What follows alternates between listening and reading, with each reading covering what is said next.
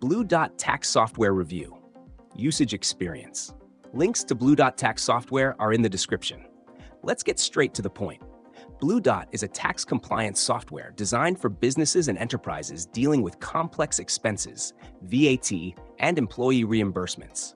It automates tax compliance, ensuring transactions meet regulatory requirements while reducing audit risks.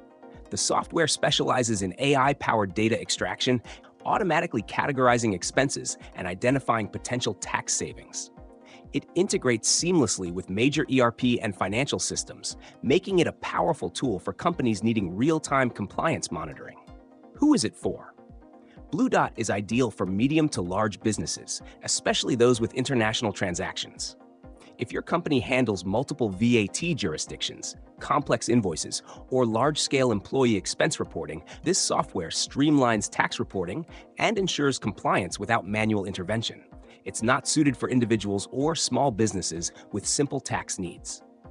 Key features include automated tax classification, fraud detection, audit-ready documentation, and real-time regulatory updates.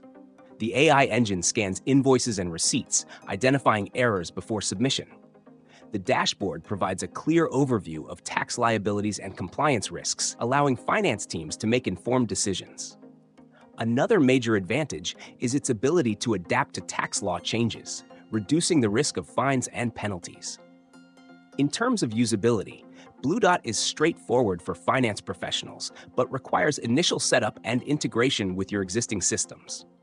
The user interface is efficient, but due to the software's advanced nature, training may be necessary for full utilization. Pricing varies based on company size and transaction volume, so it's best to request a quote. Overall, Blue Dot Tax Software is a strong choice for businesses needing automated tax compliance. If you're dealing with complex tax requirements, it's worth considering.